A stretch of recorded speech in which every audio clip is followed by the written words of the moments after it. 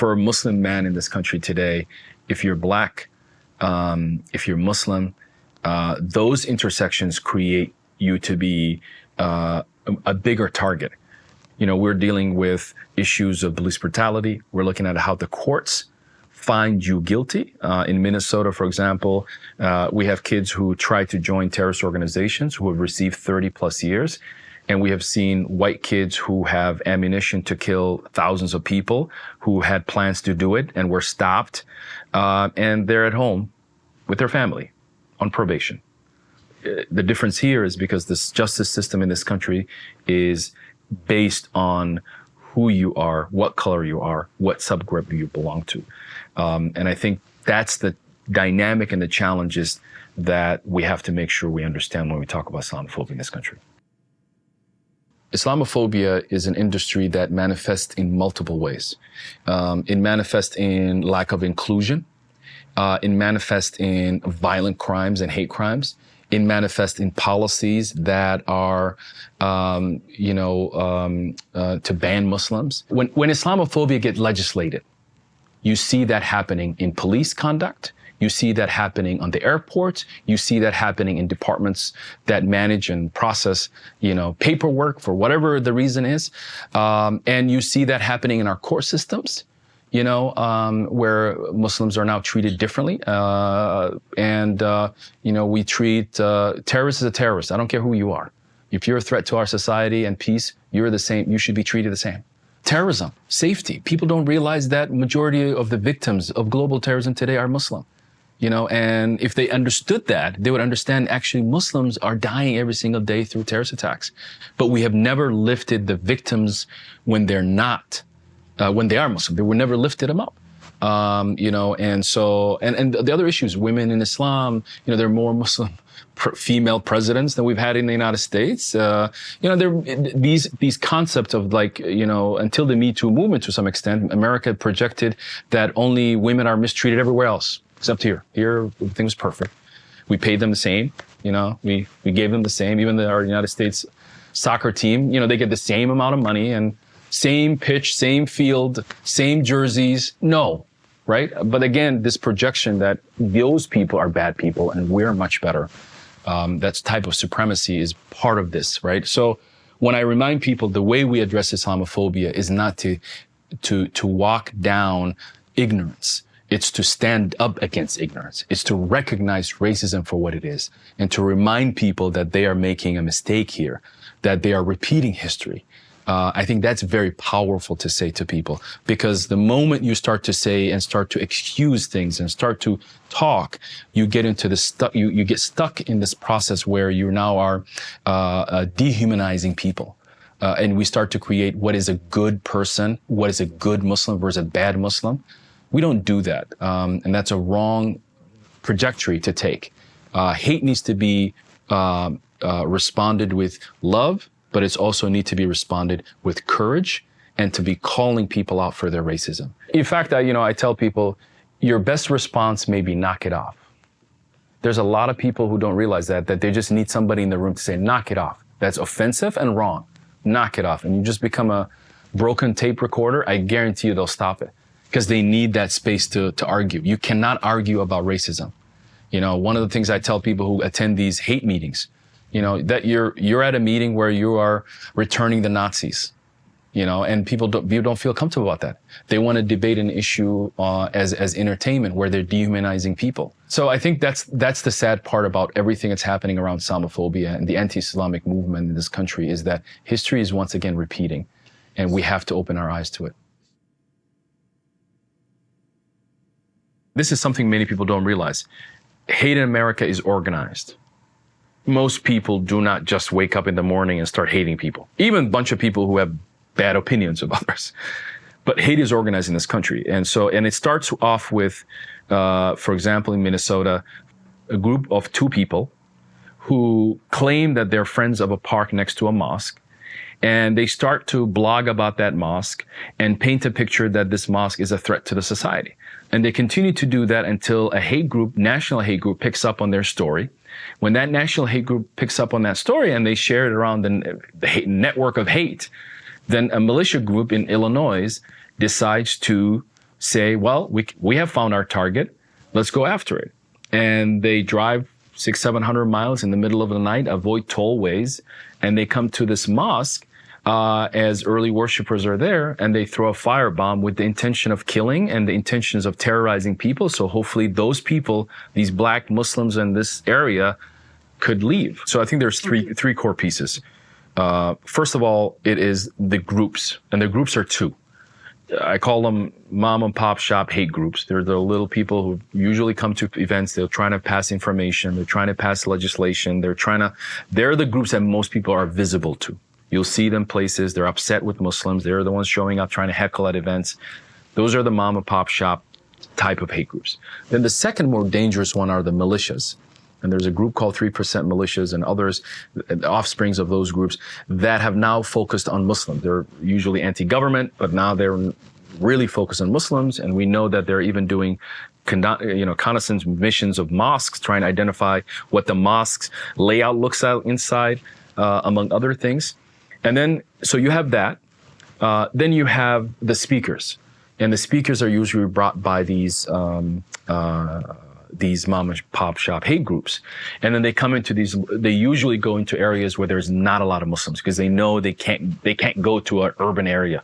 So they go to rural communities who are less likely to have a large number of Muslims and more vulnerable to this type of fear doctrine. And then they're building bases off of there. The last piece of the puzzle is legislation.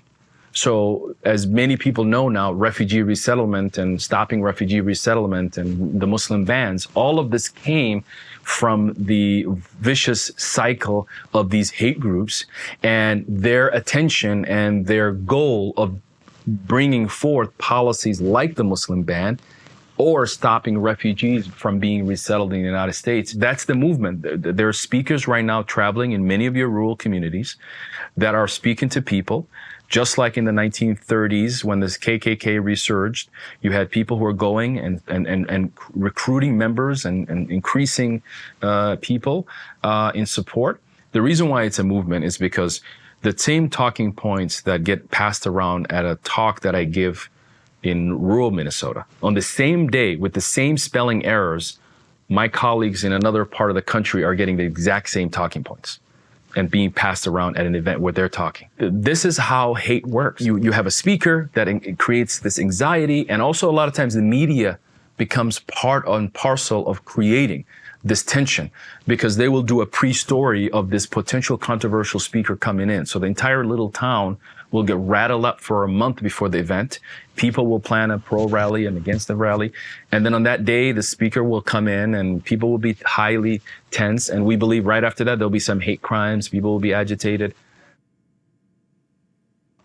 I think Americans have created immigration and immigrant story, and they have made it, the white people immigrated a certain way that was kind of clean.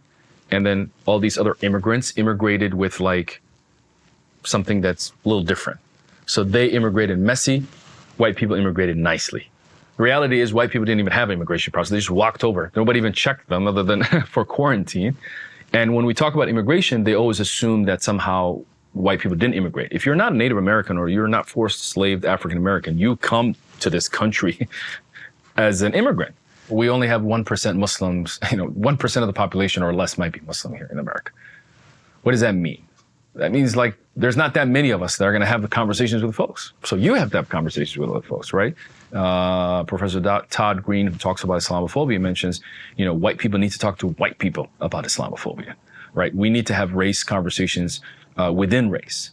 We need to understand that in our society, what we don't work will work us. And if we don't work relationships, it will become a huge problem. And right now it's a huge problem because nobody wants to address this. Nobody wants to work it. And that's how we are having a great deal of discontent and also disconnection between people. The best way to do it is to show people. I think, my advice to people is to, go talk to somebody and then tell them that. Tell that story to somebody else because people need that little guidance. I personally believe there are three things that are really important. Number one, we have to become better listeners. We are a society that don't know how to listen to each other. We have to have empathetic listening, especially listening to people who disagree with each other. Most people are not listening. Most people are just responding. You have to listen to what's not being said. And that's a very powerful way of understanding. You have to understand that, you have to be empathetic to understand that what this person is saying is something that they have gathered, right or wrong. And I think one of the other aspects that I think is we have to learn how to speak up all the time, proactively. And most importantly, we have to speak up in ways that can transform people. And I always say activism should be part of your passion. It shouldn't be something that you have to do today and leave it tomorrow. Your passion of what you enjoy to do should be matched and melded, because activism and change happens over time. It's not a protest. It's not a meeting. It's not one cause. It's about our community moving forward together. If you want to have someone listen to you, you have to allow them to at least get what's on their mind out. We have to listen to them fully before they can actually accept anything that you're saying. And you can't get over that unless you are someone who is patient enough. And do not listen to the loudmouth crazy person. You should never spend any time with that person. 99% of the people are head nodders who are agreeing to something they did not fully have thought out. And so when your mind says, oh, I can't talk to that crazy uncle. Yeah, don't talk to the crazy uncle. Nobody needs to talk to him. Talk to the person he's convincing. Talk to all the people who are silently agreeing. America needs us to listen to each other and have a dialogue. We have been so polarized by MSNBC and Fox News that we forgot that we're still one America. I say that we can't solve Islamophobia for Muslims. We have to solve Islamophobia for America. We have to heal this country. Because I don't want another community after us to be going through what we have to go through. And I also say that Islamophobia cannot be addressed by just Muslims. In fact, Muslims are probably going to play the smallest part. America needs to recognize and own up to its own mistakes. Dr. King walked over Selma when white people came with him. We have to cross these bridges together. We have to recognize that Islamophobia is an American issue, and as an American, you have to fight against it. We cannot allow the same type of fears to return again, and we cannot allow countries like Russia and Russian operatives to create race riots in this country, to turn neighbor against one another because they put up some bots and some fake Twitter posts and social media posts, and they're driving you to hate your own Muslim neighbor because you don't have the credibility or even the ability to recognize a lie, even though you know it's a lie. The challenges that we see today to be so starkly difficult were also difficult when the Polish and the German and the Swede had different neighborhoods and did not cross lines in the early 1900s, right? So this idea that white people were all melting was not true. If you were Catholic Irish in this country, you probably were not allowed to go anywhere. If you were Jewish in this country and white, you still are struggling today, right? So this identity that we didn't go through some of these, we did, right? Now the challenges are a little different. Maybe the colors are more colorful, right? But the reality is that America has struggled with diversity and inclusion as its inception. And if we don't accept this challenge, we are doomed by it. If we accept this challenge, we can be a solution to the world's greatest threat, which is peace. And I tell the story of, some cul-de-sac somewhere in America where there are 5 homes. And in those 5 homes, every morning, 5 little kindergartners walk out. And each of those kindergartners could say that my family came from maybe one of the 5 continents. But when they ride together in this little tiny kindergarten school bus, they see each other as Americans. And I personally believe that as they graduate, if we can perfect the idea that an Asian man, black man, a white man, a Asian woman, a black woman, whatever, Muslim, Christian, Jew, any other faith can live together in harmony as one community, we can actually be the greatest tool for peace in the world, a world that is so desperate to see the number one country project back to the world that peace can happen because an Asian man or Asian woman is a president of the United States.